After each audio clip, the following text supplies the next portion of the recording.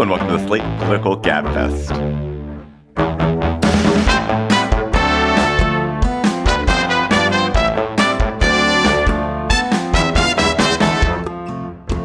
May 23rd, 2024, the Upside Down Flag Edition. I'm David Plotz of CityCast in Washington, D.C. I am joined by my dear ones from New Haven, Connecticut, and the New York Times Magazine and Yale University Law School, Emily Bazelon. Hello, Emily. Hey, David. Hey, John.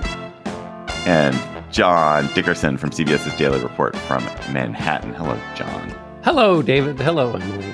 This week on the Gabfest, an insurrectionist flag flew outside Justice Alito's house just after January 6th. How bad is that?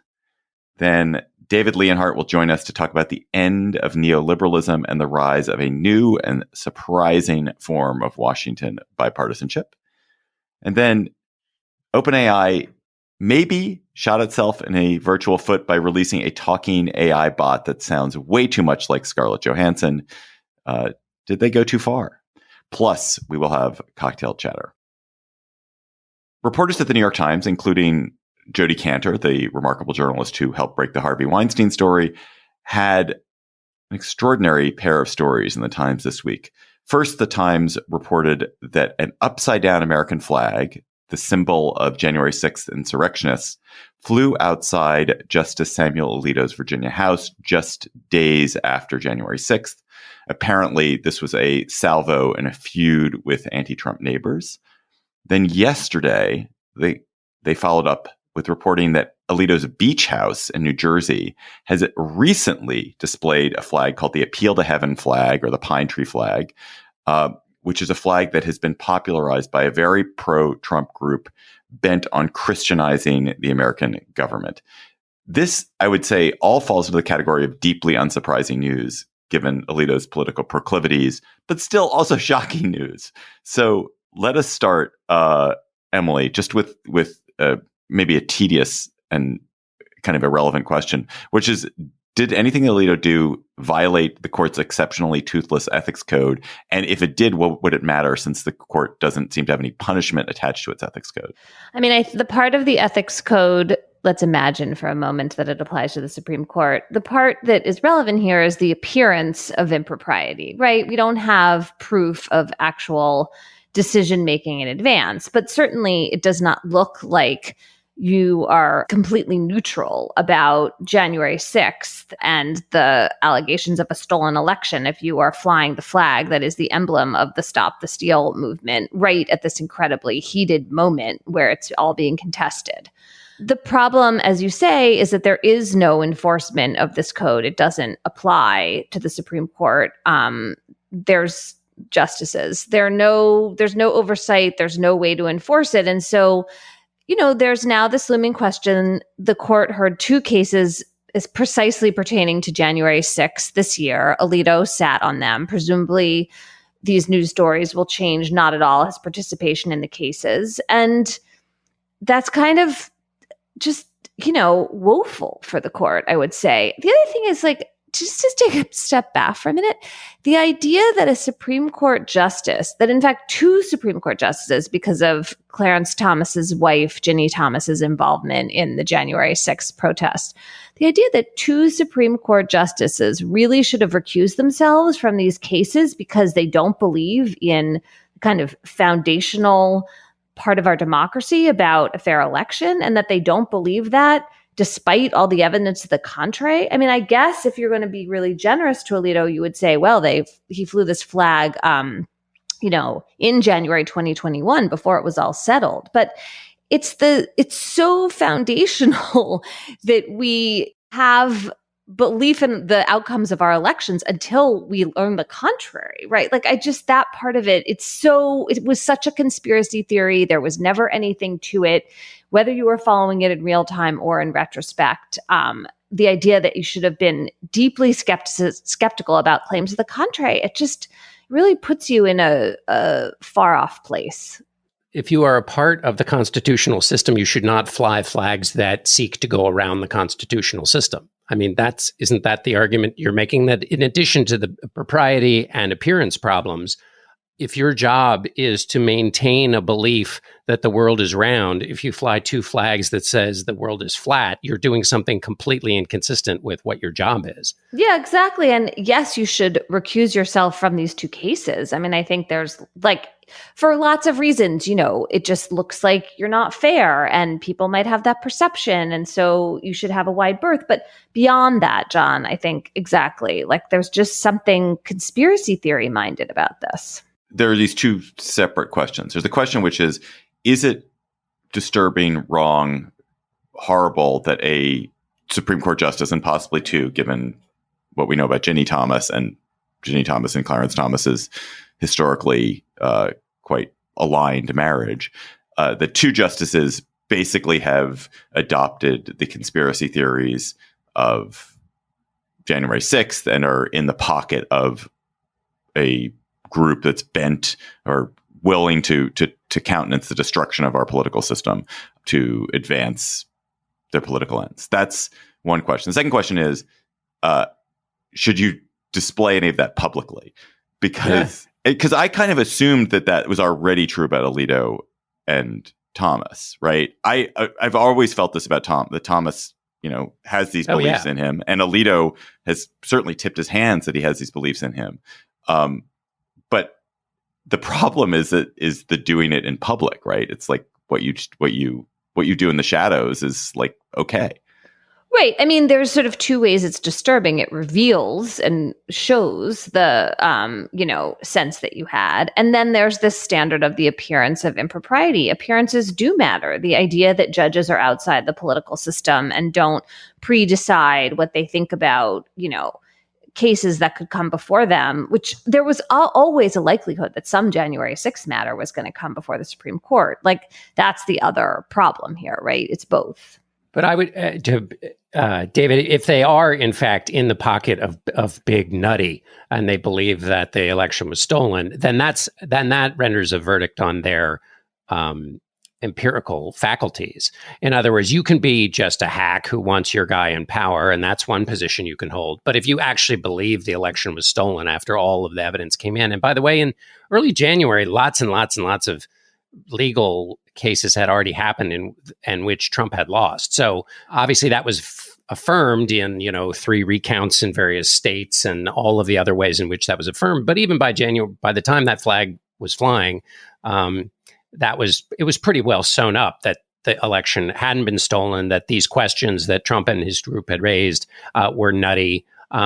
So it raises questions about their functioning ability to recognize reality. I would add one other thing, which I would like one of the two of you to weigh in on, which is the blame the wife for the upside down flag, which then unravels when you have a flag of the same kind flying over 2 years later and for a longer period of time. The other thing about the blaming the wife is that it's one thing if that upside down flag was up for a few hours or a short time in the Alito household, but it was there for days. And Sam Alito lived in the house. So the notion that he didn't notice it or he wasn't, right? He said he wasn't involved in flying it, but that doesn't mean that he said take it down or was in any way distancing himself from it. Yeah. I mean, it did sound like the neighbors were kind of assholes. Honestly. Yeah, totally. So I'm not at all surprised that that they had a rather hostile response at the Alito household, and that I can well imagine that Alito was, that his wife was really outraged and pissed off and did do it, and he was just like, whatever, this is. I mean, he may have been fully supporting her, but I also can totally imagine that she's along for the ride for him saying, "Oh, you should just blame me for it." When the story came out, I don't think it's necessarily that he's blaming her and hanging her out to dry without her permission. I think he's probably this is part of the conspiracy. Do you guys think, though? I mean, I guess my question is, I keep coming back to the question raised by the most important public text of our childhood, the miniseries V, and the miniseries V. There's this question which is do you want to know that there are lizards, or would you rather they just kept their masks on when you realize that the alien overlords are actually lizards? Or would you rather keep that? And there are the school of people who are we want the masks off. Stop pretending that they're normal.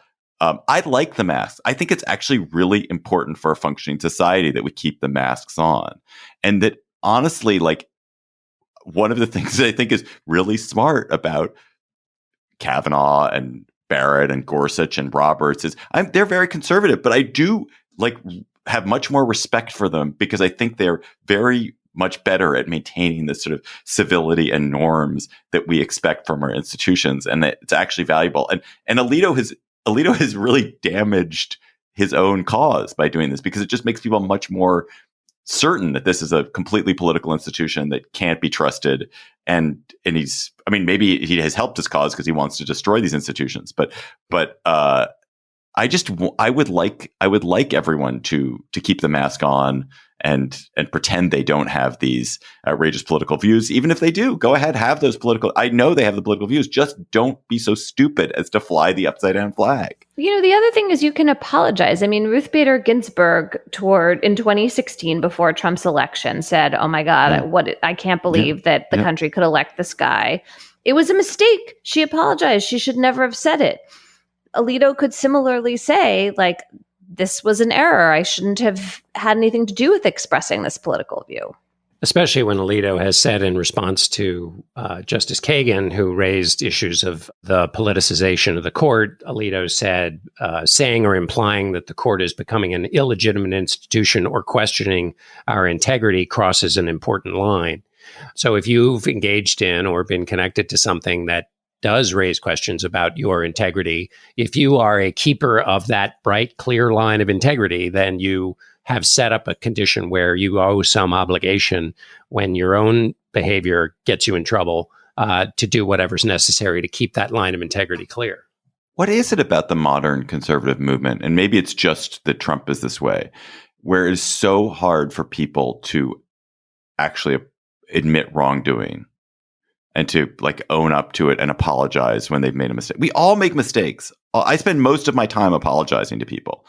And it's just really important to own up to your mistake and sort of acknowledge it and say what it is and then move on and be okay, I'm not going to fly that flag again. That was probably a mistake. It's bad. It's been bad for us. But why can't people do that in this movement? Is it because Trump is temperamentally incapable of it? And so everyone's taking a beat from him? Yes. Apology is weakness, and you can show no weakness. It also validates the awful, woke, evil mob on the other side that you've right. What you always do instead. I mean, John Cornyn did this. Alito's being harassed. The left is mercilessly harassing Alito as opposed to addressing the underlying reason for the attention to this issue. Do you guys think it's any accident that the three justices in recent years who have gone in this direction, and I would name them as Alito, Thomas, and Ginsburg, the ones who've kind of been most overtly political, are the oldest, or been among the oldest on the court, and that there's something about either you've served so long that you've lost touch with the world outside, or you just don't give a fuck anymore, or you've been marinated, you've just been high on your own supply for so long that you think you can just say stuff and not worry about the consequences in the world outside. I feel like Alito has been probably marinating, pickling in this extremely conservative, billionaire, decayist, fearful, anxious position. And it's just been going on longer for him than these other folks. Good theory. Do you remember, Emily, when Roberts and Trump got in a back and forth when Trump talked about Obama judges and there are no Obama judges. We are all judges. Yes, it was very high and mighty. Yeah. Do you think that he could say that out loud now? Just to give you the full quote, "We do not have Obama judges or Trump judges, Bush judges or Clinton judges," Roberts said in 2018. "What we have is an extraordinary group of dedicated judges doing their level best to do equal right to those appearing before them. That independent judiciary is something we should all be thankful for." Could he say that out loud now? That's a great question. What a bunch of them do still insist on is the importance of collegiality and how nice it is that they chat and have lunch together, right? They're still, Justice Barrett and Justice Sotomayor did an event together recently. Justice Breyer on his book tour talks about that a lot.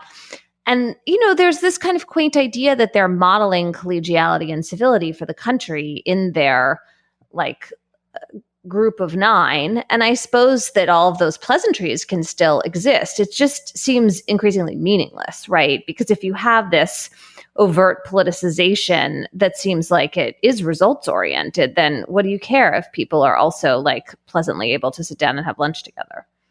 It's important for people to pleasantly be able to sit down and have lunch together. Right. Or is it the mask? But is it the other people letting the lizards pretend that they still have their masks when in fact we all know what they're doing behind the scenes? Like, should you be complicit in the mask? It's one thing to wish for the mask. I think you probably do believe in being complicit in the mask, David. Well, and yeah, it's not a bad I do. thing. But only so far. I don't mean that that's the problem. I mean, the mask allows for the kind of bipartisanship that has been successful in Washington despite our polarized times, is that people, even though they have base opinions of the other person, put on the mask, work on common cause, get things done, and then they take the mask off in other instances. But I don't think, David, you believe in the mask come what may. I mean, to a point. Yes, to a point. But yes, I definitely only believe to a point. And the thing about this point is, we're in a moment where we have this 6-3 strong conservative majority. Justice Sotomayor looks like she has no plans to retire before the end of the Biden administration. She'll be 70, I think, when the election happens. And so you have this sense that, the court, if Trump wins, if he is the one to replace her, could be even further lurching to the right and kind of out of reach in its current composition of being changed. I suppose you could argue that the useful part of the mask slipping is then if the institution really does need to be dramatically altered in a structure or form, you could actually start creating a case for that.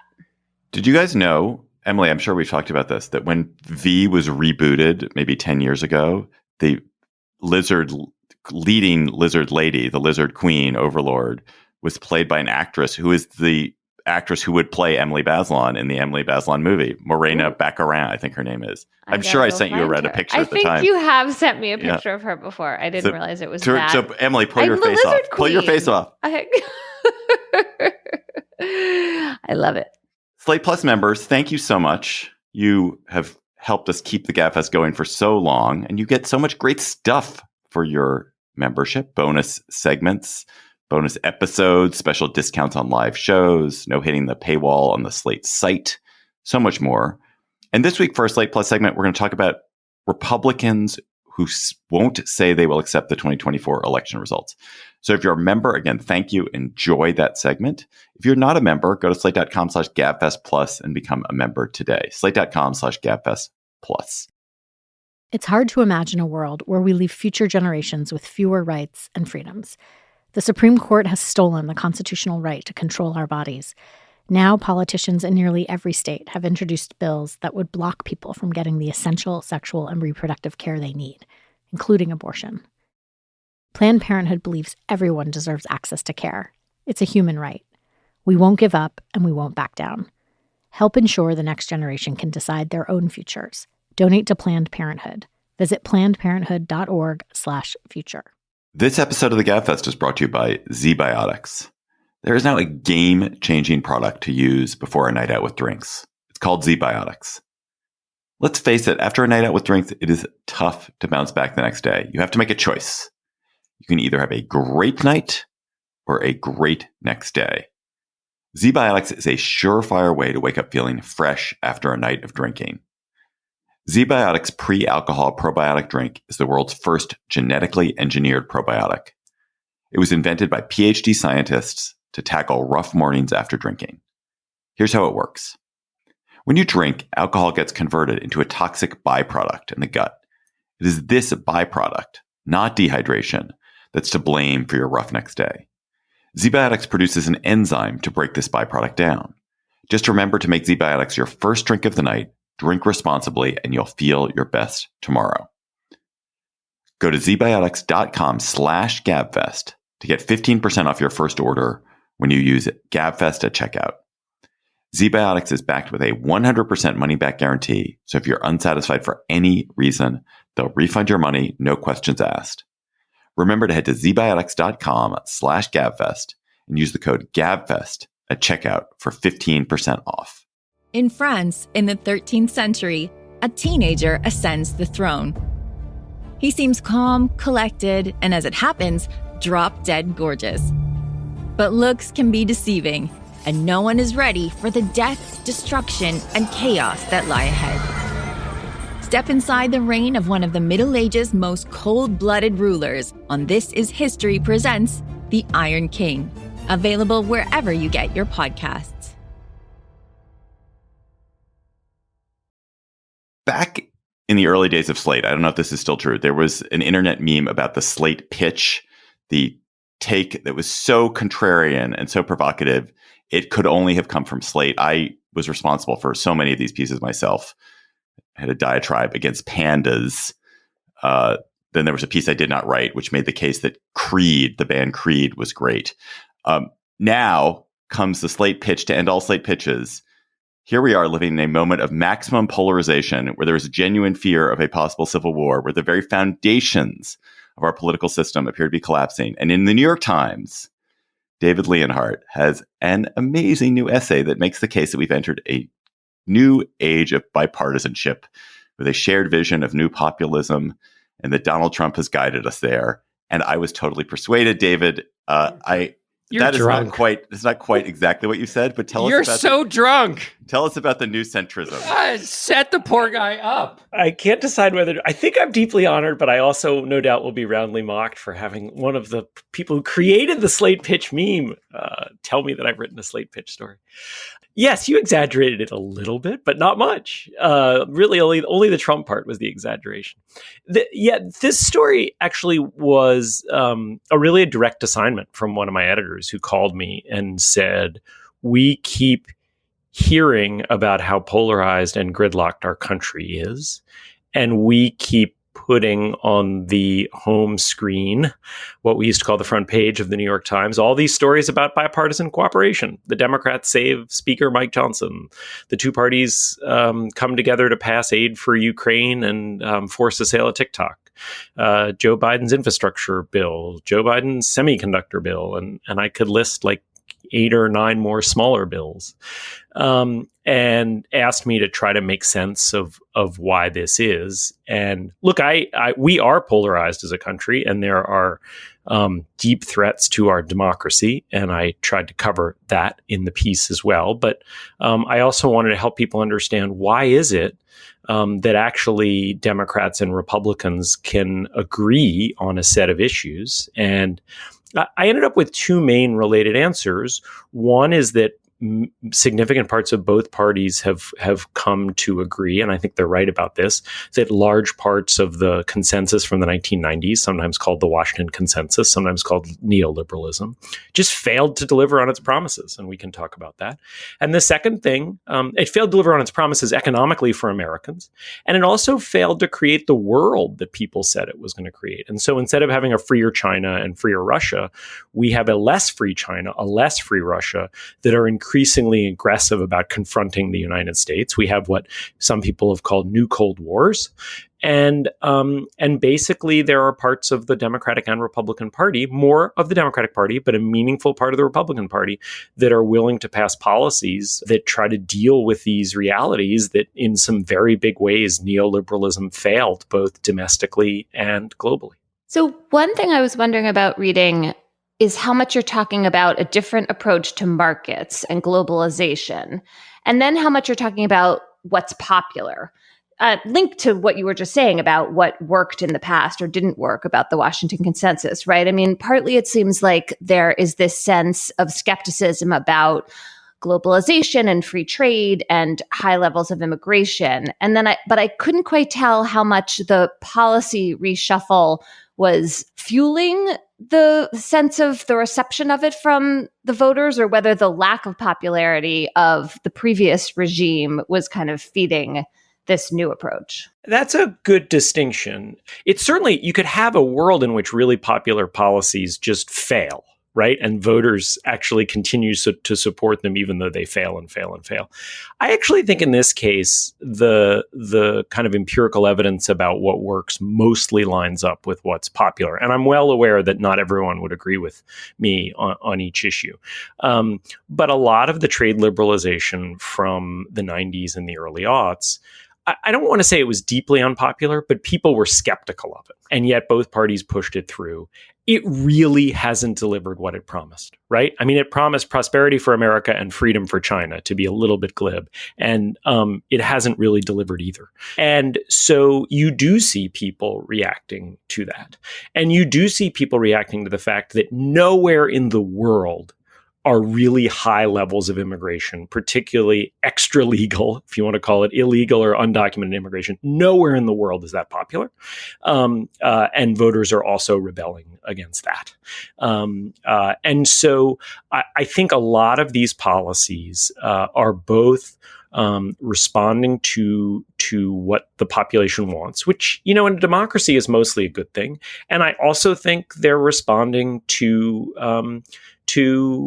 what the evidence suggests about the failures of the last few decades. And I focused a little bit more on trade and globalization in the first few minutes here, but it's not just that, right? I mean, it's also notable that you have Republicans supporting a lot of government spending on things like infrastructure and semiconductors. I mean, that's just kind of old-fashioned industrial policy that FDR supported, that Dwight Eisenhower supported, and that really fell out of fashion in Ronald Reagan's Republican Party. And in part, thanks to Donald Trump's rise, as strange a figure as he is, and in many ways as nefarious a figure as he is, there have been positive parts of his rise, and that is one of them. It's also really interesting when you look at the fact that when the minimum wage goes on the ballot, even in red states, minimum wage increases, it passes. And when expansions of Medicaid go on the ballot in red states, they pass for the most part. And so there is this real American majority for progressive economic policies. I think people on the left sometimes make the mistake of thinking there's this huge majority for left of center policies on all kinds of issues. I actually think on most social issues, the American population is right of center. I talked about immigration. Affirmative action has mostly just lost everywhere it's been on the ballot, including in California. So it's not that the American population is secretly super lefty. It's that there's somewhat center left on economics and somewhat center right on social issues. When we think about partisanship and the contentious relationship between the parties, is there a danger in suggesting that some of these bipartisan agreements, which are transactional, responsible to exogenous events, COVID-19, which are special in particular, that there's a current consensus that is operative in Washington when it comes to inter-party relations at a time when there is a stark lack of consensus between the parties on structural matters that arguably determine whether the government will function at all. So those stark differences would be whether January 6th was legitimate discourse, whether the election was stolen, which is a matter of law, and adherence to verifiable fact. The question of whether the president has absolute immunity. We're about to have a question about Samuel Alito. There's a difference on whether you are going to immediately refuse to accept the 2024 election as valid.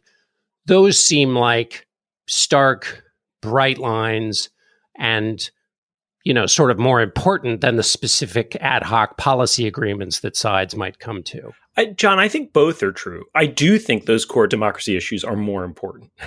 I am deeply worried about the state of our democracy. I'm deeply worried about the radicalization of the Republican Party on these democracy issues, on refusing to accept the peaceful transfer of power, of refusing to acknowledge clear election results, of using symbols and language that very much evoke authoritarian governments, both of the present and of the past. Those are all deeply, deeply worrisome.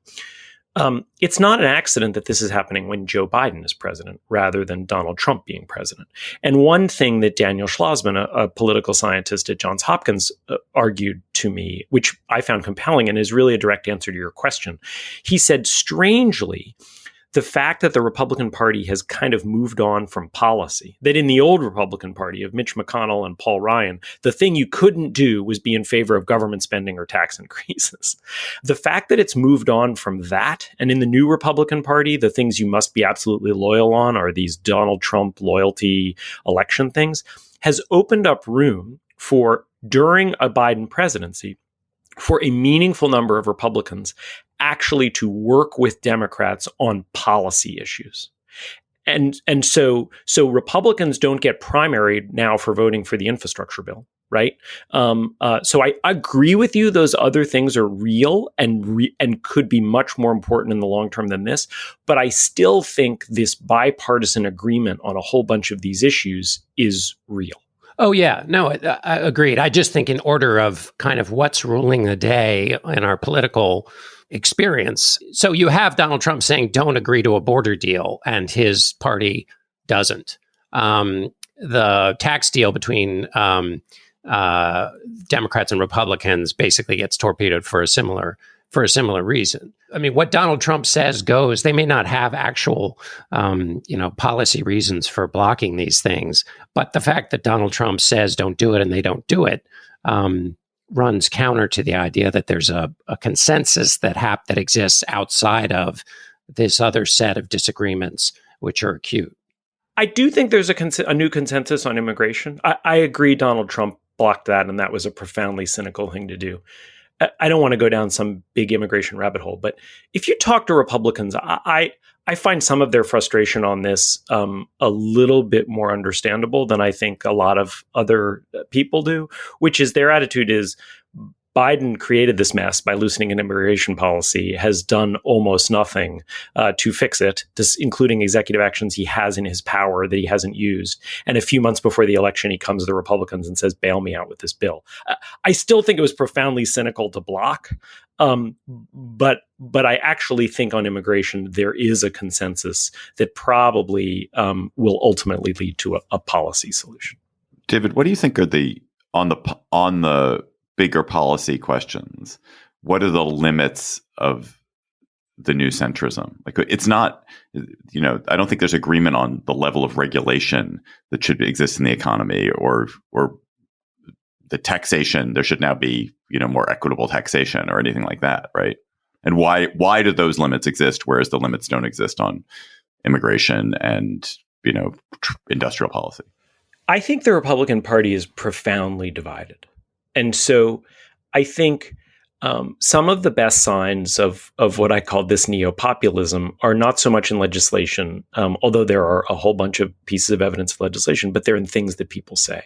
So it's really fascinating that J.D. Vance, a far-right Republican who may be Donald Trump's running mate, said that Lina Khan, who is by most measures one of the most left-wing members of the Obama administration, the head of the FTC, who's trying to crack down on monopolies, that J.D. Vance said Lina Khan is one of the only members of the Biden administration, quote, doing a pretty good job, right?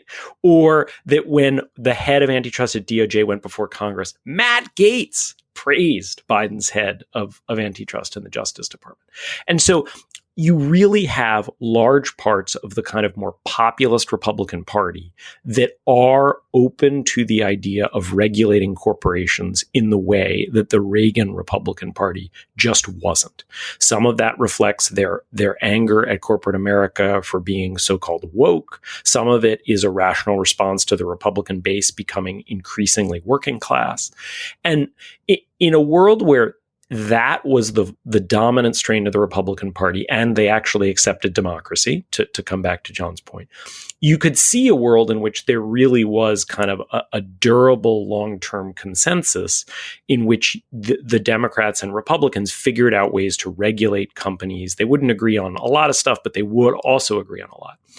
The issue, in addition to the democracy issues that John talked about, is there is still a really strong laissez-faire Reaganism wing of the Republican Party. It absolutely dominates the Supreme Court, as Emily can explain to all of us. There is no sign of this kind of neo-populism on the Supreme Court. It's very much that you can't regulate. And so I think we could continue to see more legislation on critical minerals. I mean, we're very close to having a bipartisan child tax credit. The House has passed it on an overwhelmingly bipartisan basis for kind of technical reasons. The Senate hasn't, but it's really easy to see a whole bunch of more policies. But I want to be clear that the Republican Party is deeply divided between this more populist wing that is happy to spend government money to regulate corporations and try to help working class people, even if it's not how progressives would do it, and a really strong part of the Republican Party that absolutely remains the heir to Ronald Reagan and Milton Friedman and Robert Bork. I was thinking about the Supreme Court as a kind of check, like a backstop against some of the changes you're talking about. And it just seems like important to keep that in mind. It can only go so far if the current court or one like it is in power. You know, another thing that your thesis raises is this question of why the two political parties have the coalitions they do as opposed to other ones. Because if you're right, that center-right social policies for the most part and center-left economic policies are the most popular, you would expect candidates to run in that lane. And I don't think we really have many candidates who do that, right? It doesn't line up with either of the parties' platforms and agendas. And so then one might imagine that could change, or that a third party could step in and play that role, although that always seems like a fleeting possibility in the United States. So I would argue that the best models of this are actually the Democrats who have won the presidency, right? The flip side of progressives and reproductive choice advocates being so frustrated that Biden won't base his campaign around abortion is that Biden is someone who believes that basing a campaign around abortion is not the way to win swing voters. Right. And so Biden actually is one of these people who's never been fully comfortable with this idea of going really far left on social issues. I mean, Biden's history, Biden won his seat to the Senate in 1972, which is just mind bending. But it's worth remembering that's the year George McGovern was getting absolutely crushed. And I've gone back and I've read the local coverage in Delaware of Biden's race. Biden basically ran against the student protesters of the New Left. He said, I'm not as liberal as you think I am. He also bashed corporate CEOs. And Obama, similarly, I mean, you go back and you read Obama's speeches from 2004 and 2008. They're religious. They're patriotic. They send all these kind of signals on cultural stuff. And so I'm not saying Democrats run center right, but I think and obviously Bill Clinton did this, I think the Democrats who've managed to win the presidency do it in a way by being populist on economics and avoiding the excesses of college-educated, highly progressive leftism that most voters just aren't interested in. David Leonhardt's piece is A New Centrism is Rising in Washington. We could have talked about this probably for an hour more. John is like sitting here, like John would keep going forever on this one, but we got the reason is because what David says is exactly right, and I keep I'm ending the topic. I understand you're ending the topic, but I don't want you to mischaracterize my view in the way you mischaracterize what he wrote, because it is fascinating, these overlaps. I didn't characterize your view at all. You were excited to converse about it. I was just trying to hype David's story by saying that you were so interested in it. Not that I wasn't discussing your views. But yeah. Well, anyway. That was kind of fun. Okay. Anyway, yes, it is fascinating. And yet there are these other, obviously getting worse parts of partisanship and polarization that are indeed getting worse literally as we're talking. And so mapping that out is really like basically the challenge of our time. David Leonhardt, always great to have you on the FS. Thank you. Thank you all for having me.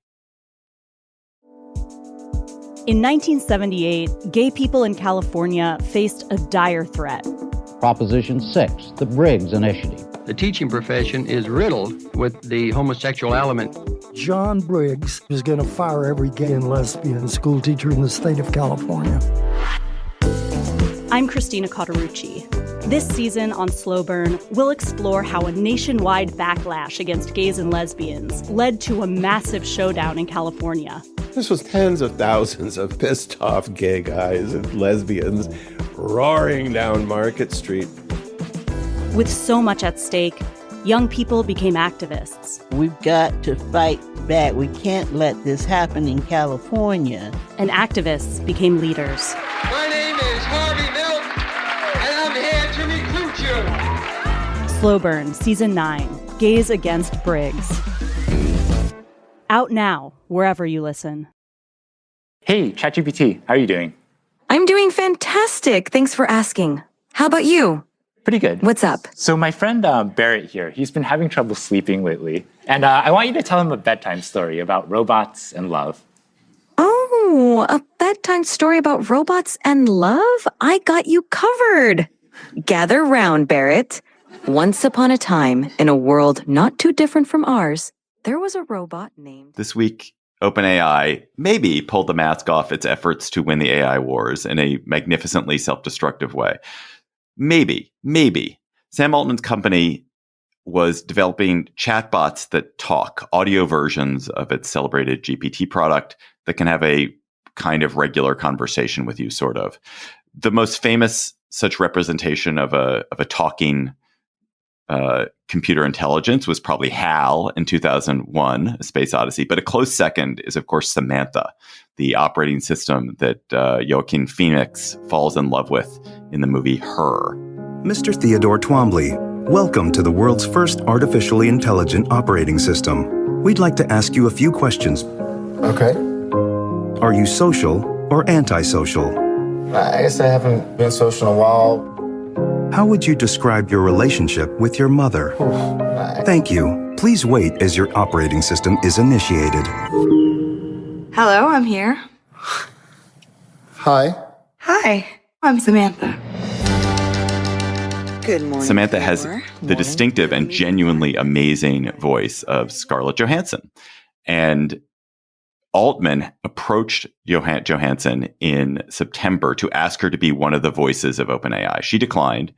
A few days ago, before OpenAI unveiled a new line of these 5 talking chatbots, Altman asked again. Before Johansson got back to Altman, OpenAI released the bots, including one called Sky, which is a chatbot that sounds quite a bit like Samantha. How much it exactly sounds like Johansson is a matter up for debate, but it doesn't not sound like the operating system in Her. Johansson fired off a very direct, very critical letter to OpenAI, accusing them essentially of appropriating her voice. OpenAI pulled Sky down in the wake of public criticism, although, as we'll discuss, there's sort of ambiguity about whether they were, in fact, modeling Sky on Johansson. So before we get to sort of the legal matters, what's the ambiguity here? I guess the ambiguity is whether it really has any relationship to her voice and how you would tell that, and then whether the facts of the case are that OpenAI actually did say, hey, let's create something that sounds pretty darn close, or whether they had an absolutely separate process that ended up creating a voice that sounded, some people think close, some people maybe don't think it's so close. And so whether it was an accident or an intention. Right. I mean, Bette Midler won a case years ago about Ford hiring an impersonator for her, right? And the ambiguity here, yes, there's some ambiguity. OpenAI had an employee show up to talk about recruiting an actress who's not Scarlett Johansson. On the other hand, the fact that Sam Altman was tweeting about her and asking Johansson suggests that could be... Yeah, the movie Her, sorry. Suggests that there could have been some serious overlap, right? Like, even if they hired someone else, if she sounds very much like Johansson, then is that really okay? I think it would make it harder for Johansson to win the case unless she really has evidence that they were looking for an impersonator. And we should note, the Washington Post has a story that says that they've seen evidence and talked to agents of the other actresses and that Johansson's name never came up. Right, although that's not definitive. Important to mention, but not definitive. Yeah, it's not definitive. And also they could not have mentioned it to the actress, but known that was what the people who were casting had been kind of like instructed. Sure, this is what we're going for. Right. And we can't see any of that. Yeah. And it's clear that Altman wanted that. I mean, the fact that he repeatedly went to Johansson. The Bette Midler case is fascinating. I went and read it. A lawyer friend of mine sent it to me, and it's just amazing. They really went and just got somebody who was a vocal impersonator who had to sing sounding like Bette Midler, and the court just slapped them down. It was. I have the language here. It was when a distinctive voice is widely known and deliberately imitated in order to sell a product, the sellers have appropriated what is not theirs and have committed a tort in California. Johansson has a really amazing, remarkable voice. And she should be allowed to protect it. But yeah, again, whether she will sue, who the hell knows? Whether she's allowed to protect it and whether the facts of this case line up are two different things. I really like the role she's playing here, right? Because despite the ambiguity, there is a kind of underlying truth about the predatory nature of these companies and about how they're just taking everything without asking and scraping it all off the internet. And she's standing up to them and using her celebrity to kind of make us all think about what that's like. I hope she does sue, because the other part of this is that the only way we're going to find out about what's really going on is through discovery. I mean, have you ever looked at these databases that tell you whether your work has been heisted by the AIs? Yeah, one of my books has trained one of these AI engines. And did I know? Like, do I care a huge amount? No, but I mean, but should it is you an have been appropriation. compensated? Should I have been compensated, notified, something? You should have been compensated. Yeah. I mean, that's the part of this that I still find astounding and don't even really understand, is how they decided to just sweep aside and dismiss all the copyright protections. Yeah, all the work we're doing, it's like just being swallowed into the mall and sliced and diced and reused by them, and not a penny to us. Not a right, penny. and they're making a fair penny use argument, but it's so hard. I mean, the New York Times is suing them, I should say, over exactly these issues. And those kinds of lawsuits are really important here, because normally you would have the default be the protection, right? You would think like, oh, the lawyers would tell OpenAI, you can't just take everything. That seems like a fair use violation. And all of the legal advice, or at least all of the decision making, seem to have gone the other way. It just kind of in random adjacent news that Steve Kramer, the political consultant who impersonated Joe Biden's voice during the New Hampshire primary, has been indicted this week for faking Biden's voice, just in other voice faking news. Is there a legal standard yet for testing this kind of thing? So, for example, obviously Johansson's voice is more, there's a special dispensation that comes when you are a star and you make your living off of your voice. That's different than Joe on the corner from Brooklyn. When you're a star, you can get away with it, as Donald Trump said. Yeah. I don't believe there is, but I imagine there soon will be, some kind of way that you can measure the different aspects and elements of speech and determine if the Johansson speech is some degrees different than whatever has been created, and create a legal standard that would say you have to be this far off when it's no longer an impersonation. And that would be cool to figure out how you do that. Yeah, that will be like the 2024 or 2028 version of the Bette Midler case, where instead of a kind of impressionistic idea that this is too close, you could actually like try to make a quantitative one. The underlying tort here is about controlling your own likeness, the idea that you can't be just imitated in a world in a way that other people make money off of without them coming back to you and negotiating a deal. You know what is perhaps most unsettling about this whole episode to me is how grotesquely these guys did not get the lesson of Her, the movie. Right, Her is a tragedy. Her is about the loss of humanity, the alienation and Yes. loneliness created when you are seduced by the ultimately completely indifferent machines. Like, Yes, right. Why would this be something you want to hold up as a model? Like, Yeah. Such a good point. Right. More irony than a dry cleaner. do you guys have any kind of? I continue to be such a skeptic about all the AI stuff, but I do think the human voice is a step in the right direction for them, because the human voice is so emotionally connecting. Yeah, a terrifying step in the right direction. Skeptical in The what right way? being like the market right. Step in the direction of it's getting closer to something that will really affect us. I've always thought like a bunch of text that's printed out is not AI. That is not. anything. Wait. So is your skepticism? Is it your skepticism that it ain't no big thing and this is just like a parlor trick, or that it's actually skepticism that it's benevolent? No. It's definitely not benevolent. My skepticism has been all up until now it's just been a parlor trick. Like the just text being spat out is nothing. But when you can start to create emotional connection, which we know this, we are podcasters. This is what we do for a living. That the intonation of a human voice carries with it so much emotional freight that people build up these relationships, and that does actually really start to matter in a way that I don't think a bunch of text spewed out really starts to matter. The other thing I think we should bring up here is just the OpenAI context. I mean, this is Sam Altman, who had a huge fight, for a moment seemed like he was leaving for Microsoft, right? And then came back, and the more safety-minded people on his board left. And there's other reason to think that what is going on at OpenAI is not super concerned with safety or the benefits to society. So a separate story in Vox was about the non-disclosure agreements that OpenAI employees were asked to sign, which were just like incredibly overbearing. And Altman claimed he knew nothing about this. And after the Vox story, oh, I'm embarrassed, I didn't know about this. And we took this clause out of these contracts. But in fact, he'd been signing dozens of them for quite some time. And the notion that he had never read this particular part of this very short contract seems unlikely. And you just have this sense again that these are companies that are really trying to get away with whatever they can. And the fact that they are in control of developing this product, which, contra David, could really affect all of our lives is unsettling.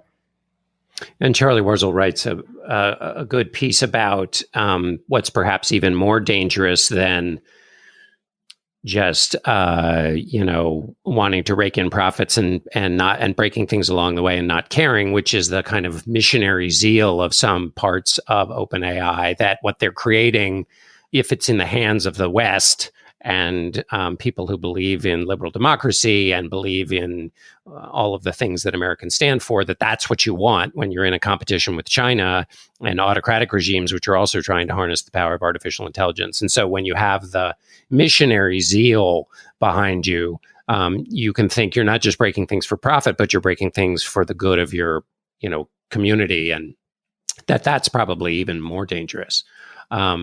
I actually find my interactions with the voice of ChatGPT, which is on their mobile device, extremely pleasant and very useful, particularly with when you're reading poetry or art analysis. I had a great experience where I photographed a page of extremely turgid art history writing about Hopper and said, can you just sort this for me? And it did it beautifully. And I didn't have to, obviously that wouldn't be the way I would interact with all writing by any means, but it was a very pleasant shortcut in that instance. I'm not sure the guy who wrote that passage or the gal who wrote that passage, turgid passage about Hopper, is so happy that their work. Well, their meaning was conveyed. They're better to have the meaning conveyed than not. Let us go to cocktail chatter. Better to have the meaning conveyed or not is maybe a great slogan for everything that we do. But certainly when you're having a cocktail and you want to convey meaning, Emily Bazelon, what are you going to convey meaning about? I was having this desperate feeling that I've been just working and thinking about only one thing, which is not a fun thing to chatter about.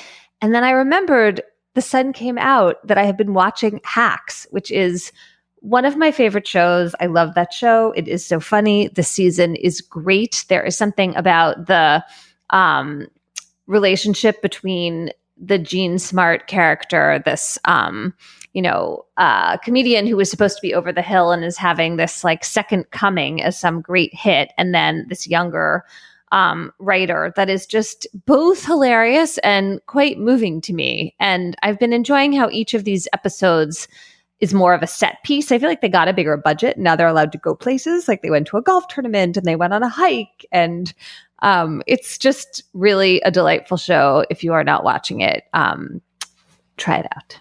I can't wait for that season. I love the first. Are you two. saving it up? Well, my girlfriend doesn't watch it, so I have to sneak it some other time. John, what is your chatter? My chatter is about some findings in a poll done for The Guardian about the economy. 56% of the respondents think the U.S. is experiencing a recession, which it is not. 55% believe the economy is shrinking, which it is not. GDP is growing. 72% believe inflation is going up, Inflation is more than halved from the 2022 peak of 9.1. 49% think the current unemployment rate is at a 50-year high. It's actually near a 50-year low. And 49% believe that the S&P 500 is on the decline. It's risen more than 12% this year. And obviously the Dow just hit 40,000, which is a different index, but nevertheless similar. So the question is, what does one do in a democracy where a public opinion is verifiably askew with the results of things? That's not to say that, or that's separate from the question of the way people feel and why they feel what they feel, but which came out in another Fed survey, actually, which said basically people feel not as awful as they tell pollsters about the political race and the economy. But anyway, that's the question is, what does one do with this? If you had those kinds of numbers about, say, the spread of a pandemic, would the press allow them to sit, or would they do lots and lots of stories saying these misapprehensions could really hurt people's health and we should correct these misapprehensions? That isn't really the way political coverage is done. People don't say, hey, there's this misimpression out there about recession and unemployment and inflation and growth. We should correct that. Why not correct that? And I mean, Leonhardt's not here anymore, but he always talks about bad news bias. Like, are we feeding into it in all these ways instead of correcting it?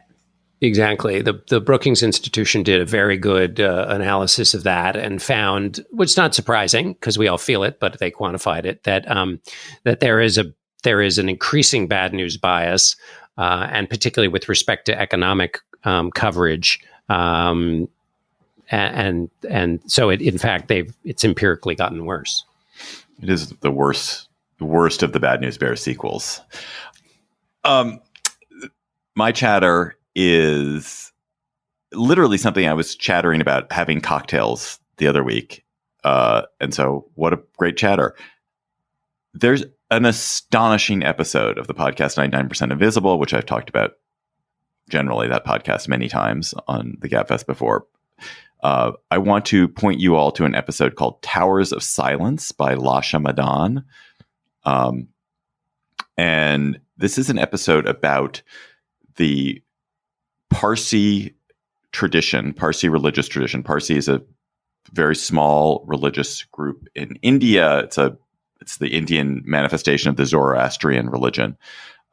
Very few Parsis live in India, but in Parsi tradition, you do not bury your dead. You leave the dead out to be eaten by vultures, and they're left out on towers. These sort of small, not that high up towers. Which are called Towers of Silence, colloquially, where the vultures congregate and they dispose of a body really quickly. They will eat a body extremely quickly. And this episode is all about what happened in India when essentially all the vultures of India died for mysterious, although then ultimately figured out reasons. And it's an amazing episode about what happened with the vultures, about this religious tradition, about the attempt to adapt to the religious tradition, about the main place that bodies have disposed of in Mumbai is right in the heart of a very rich neighborhood, and it's a kind of forest preserve in a rich neighborhood, and so it's about also the conflict with the rich neighbors. It's just a stunning piece of work. So Towers of Silence, 99% Invisible. It's kind of gruesome, I would also note, so be aware of that. Listeners, thanks for the great chatters again this week. We've just got them stacked up. We've got great chatters stacked up. Please keep them coming. Email them to us at gabfest@slate.com. And this week's chatter has a very special significance for me. It's a DC-based chatter about a story I have been following, and it's from Aaron, and it's about a cat. I'm Aaron Tax in Washington, D.C. This story, a beloved alley cat now lives in the Watergate, was she kidnapped or rescued from the May 9th edition of the Washington Post, was like catnip for anyone who likes some neighborhood drama, a cat with a porn star name, and a link to the Watergate.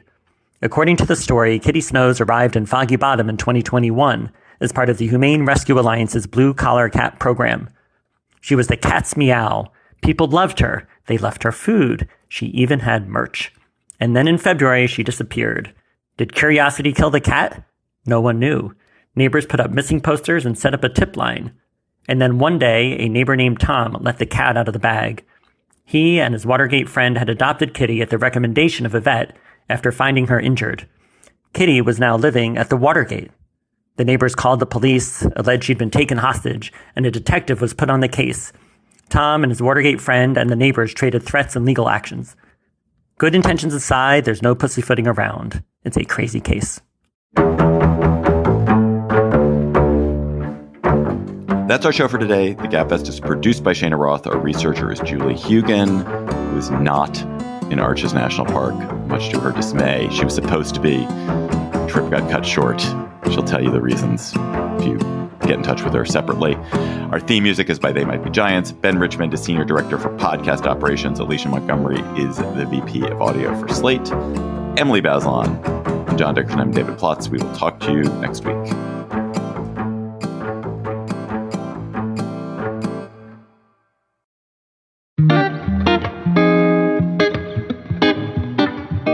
Hello, Slate Plus. How are you? Well, if you are a Republican who wants to be Donald Trump's running mate, I know how you are. You are denying that he could ever possibly lose the 2024 election, is how you are and what you're doing. John, there's this spasm, this paroxysm of Republicans recently not committing to accepting the 2024 results. What is going on? Who's doing this? I can think what's going on is two different things. Who's doing it is basically J.D. Vance, Tim Scott, Marco Rubio, Elise Stefanik, all the people who are running to be or are maybe in the running to be possible Donald Trump vice presidential picks. And so, and then other, obviously, senior members of the party are doing this. And I guess two things strike me. One, this is an evolution from, so Donald Trump used to break norms, tell lies, do things that were totally objectionable. And senior members of his party would say, I didn't see the tweet. They would just kind of ignore it and mumble away.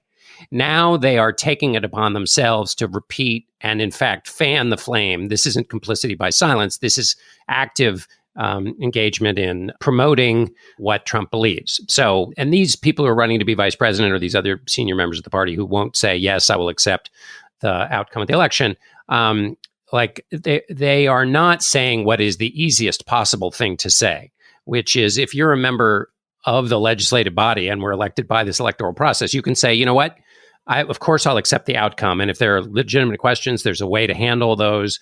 But I also know the damage that can come from false claims. And how do they know the damage that can come from false claims about stolen elections? They were literally in the building when it was attacked.